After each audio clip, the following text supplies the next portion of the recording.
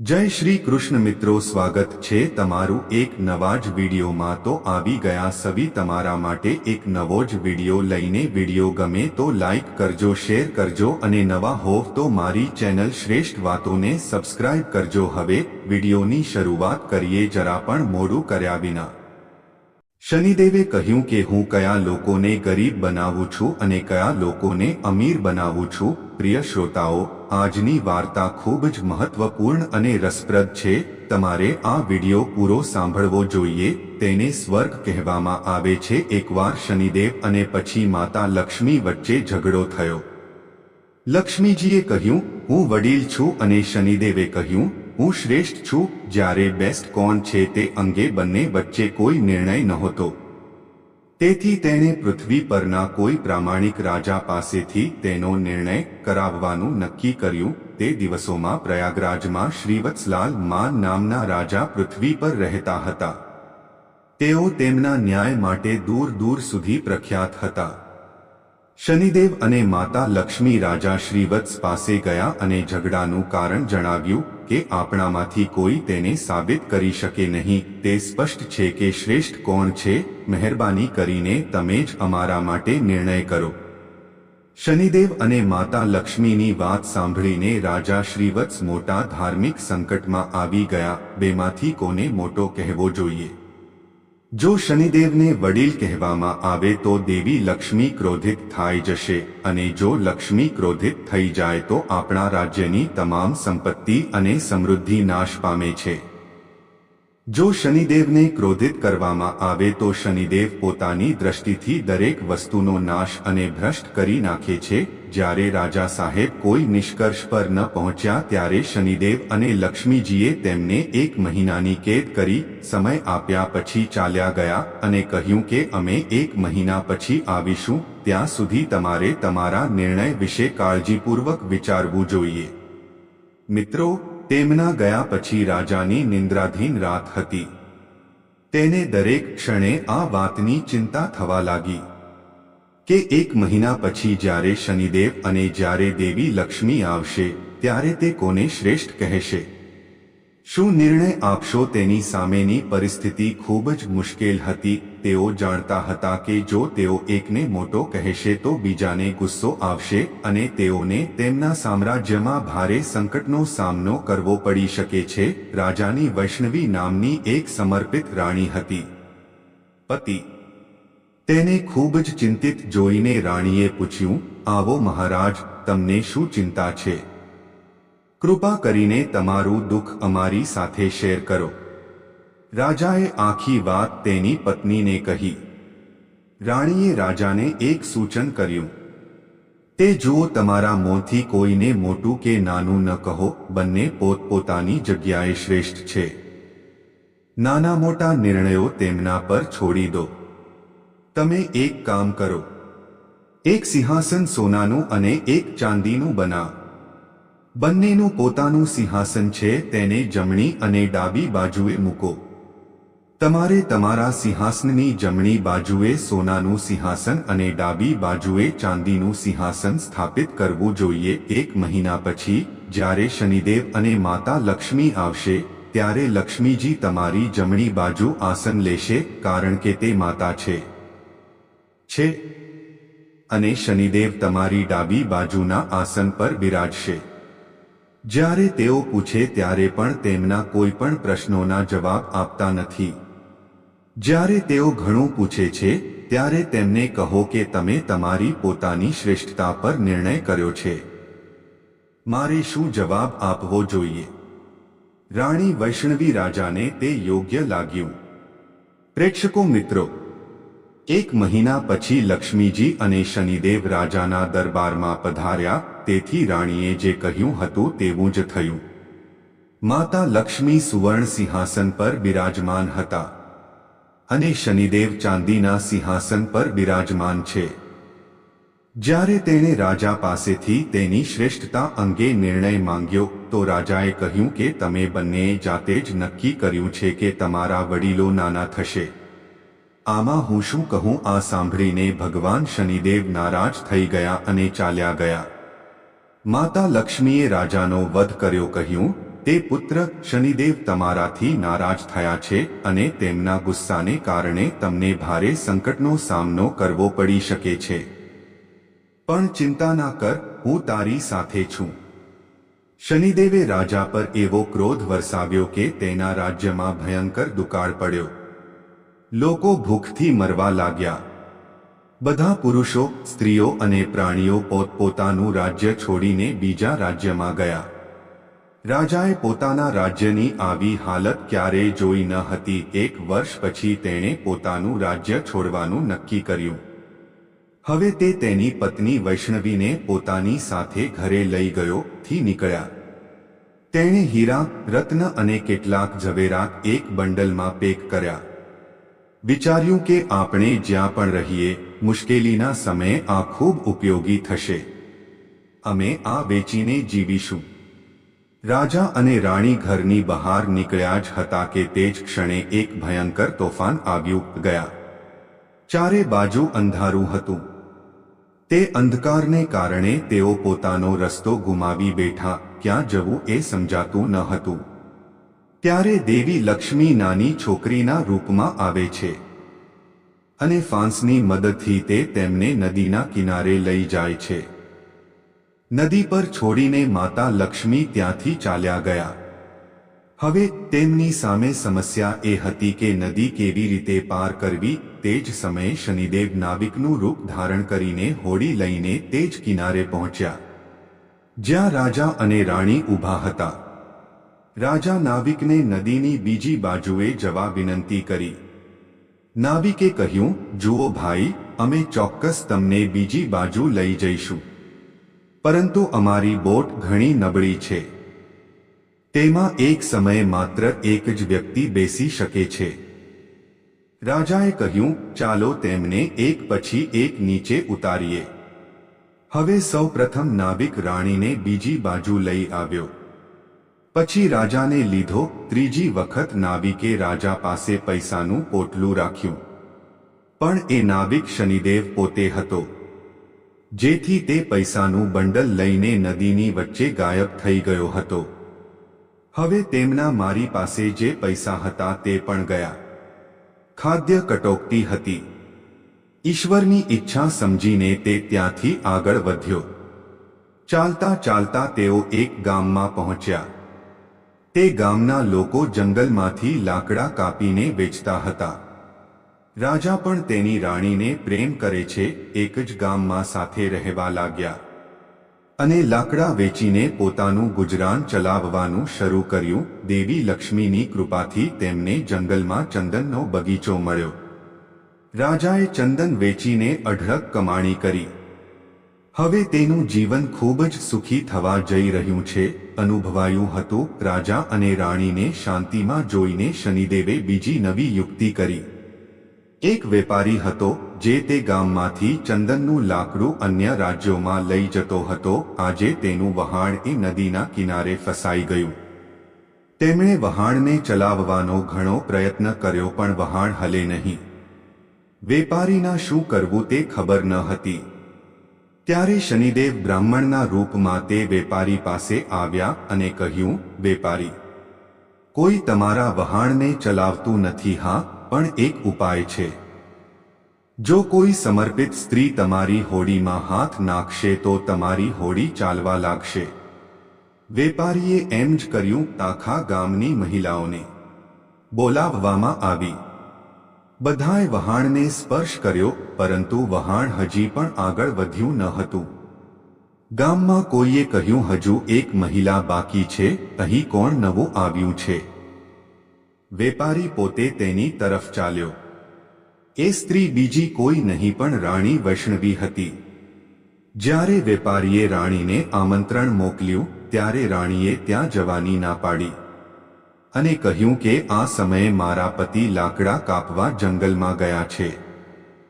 હું તમારા વહાણની નજીક જઈ શકતી નથી. વેપારી આરનો માણસ પાછો ગયો અને તેને બધું કહ્યું. વેપારી સમજી ગયો કે આ સ્ત્રી તેના પતિને વફાદાર છે અને આ તેના વહાણને બહાર લઈ શકે છે. તે સાંજે પછી હું તેના ઘરે ગયો અને તે સમયે રાજા ઘરે હતો અને તેથી તેણે આમંત્રણ સ્વીકાર્યું. જ્યારે રાજાએ રાણીને વહાણને સ્પર્શ કરવા કહ્યું જેથી તે છોડી શકે, તેથી રાણીએ તેના પતિના કહેવાથી વહાણને સ્પર્શ કર્યો અને વહાણ ફરવા લાગ્યો. આ જોઈને વેપારીના મનમાં પાપ જાગ્યું. હું તેને મારી સાથે કેમ લઈ જતો નથી? આ મહિલા પણ ખૂબ જ સુંદર છે અને જો વહાણ ફરી અટકશે તો હું તેને સ્પર્શ કરીશ અને તેને બહાર કાઢીશ. એમ વિચારીને તે વૈષ્ણવીને પોતાની સાથે લઈ ગયો. ખેંચાય છે અને વહાણ સાથે રવાના થયા. શ્રીવત્સ બૂમો પાડતા રહ્યા પણ ત્યાં સુધીમાં વહાણ ઘણું દૂર ગયું હતું. રાણી ખૂબ જ સુંદર હતી.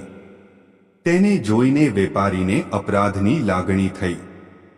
તે તેને પોતાની પત્ની બનાવવાની ઈચ્છા કરવા લાગ્યો. રાણી વેપારીના ત્રાસથી કંટાળીને તેણે સૂર્યદેવને પ્રાર્થના કરી, પોતાને બચાવવા માટે, તેને રક્તપિત્ત આપવા માટે. ભગવાન સૂર્યે તેની પ્રાર્થના સાંભળી અને તે જ સમયે રાણીના શરીરમાંથી રક્તપિત્ત ફાટી નીકળ્યો. તે અચાનક કદરૂપો બની ગયો. તેના કદરૂપું શરીર માટે આ જોઈને વેપારી તેની નજીક ન ગયો, પરંતુ તે હંમેશા તેને પોતાની પાસે રાખતો હતો. અહીં રાજા નદી કિનારેથી રડતો રડતો ચાલ્યો ગયો.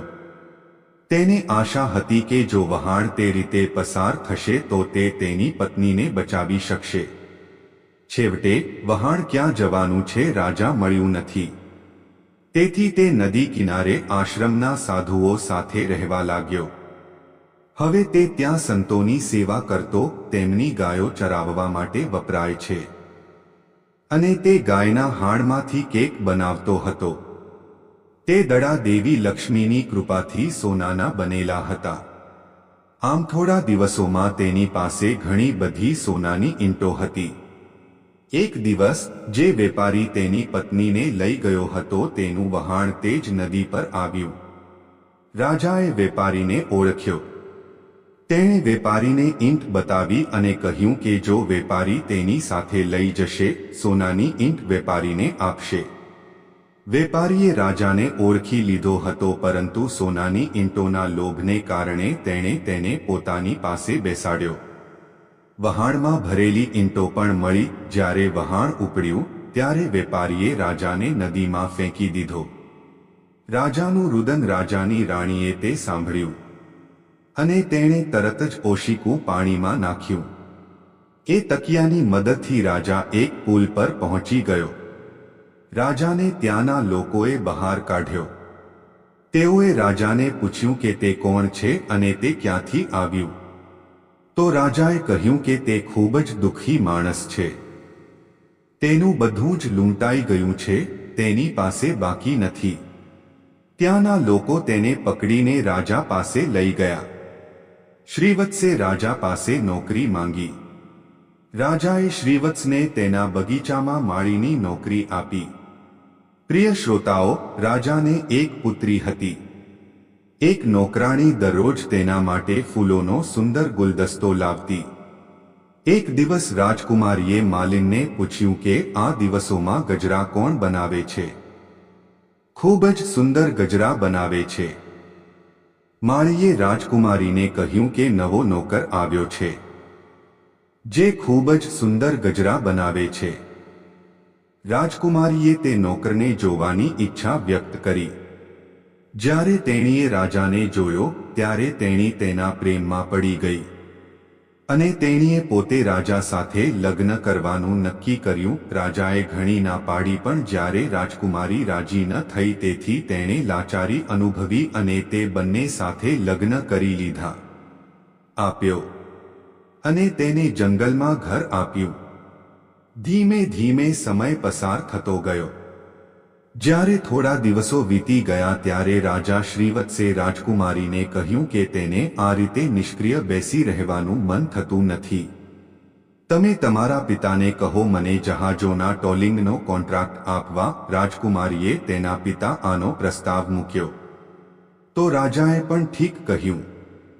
હવે શ્રીવત્સ તેના આવતા જહાજો પાસેથી ટોલ વસૂલતા હતા. એ જ રીતે જ્યારે 7 વર્ષ વીતી ગયા ત્યારે શનિદેવનો પ્રભાવ ખતમ થવાનો હતો આવ્યા. એક દિવસ વેપારીનું વહાણ ત્યાંથી પસાર થયું, તેથી શ્રીવત્સે તે વહાણને આગળ જતા અટકાવ્યું.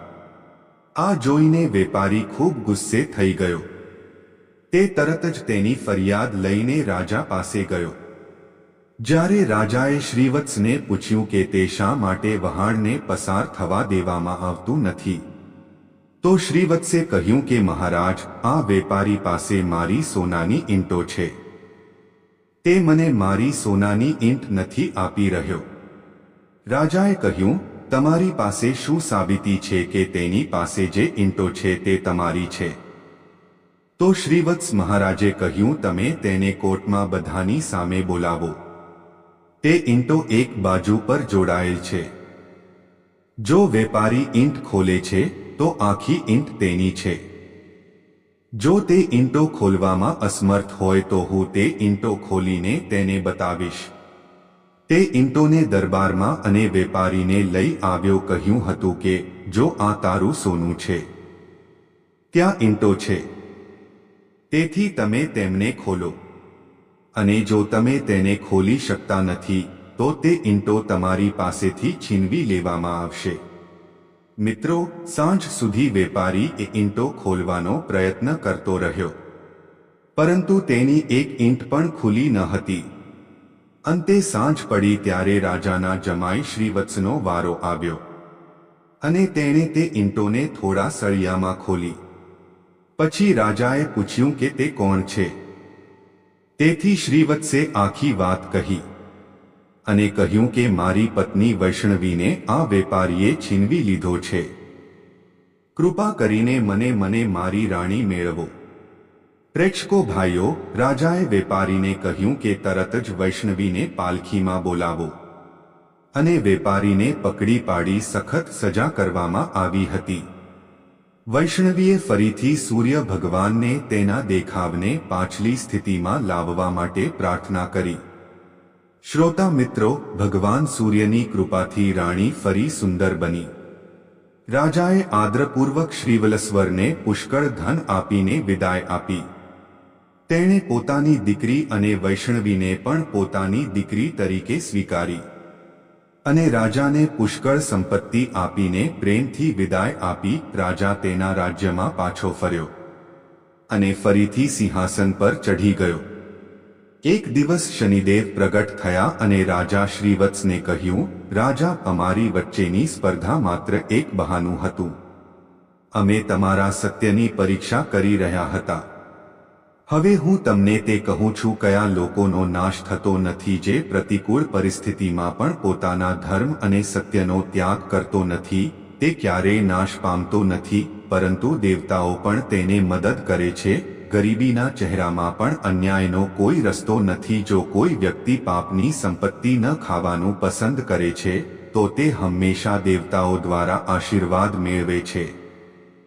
હું તેની સાથે ક્યારેય ખરાબ કામ કરતો નથી, પરંતુ લક્ષ્મીની કૃપા હંમેશા તેમના પર રહે છે જે સંપત્તિ મેળવ્યા પછી પણ અભિમાન નથી કરતો, જે કોઈનું અપમાન કરતો નથી. હું તેની સાથે ક્યારેય ખરાબ કામ કરતો નથી, પરંતુ હું ફક્ત તેને મદદ કરું છું.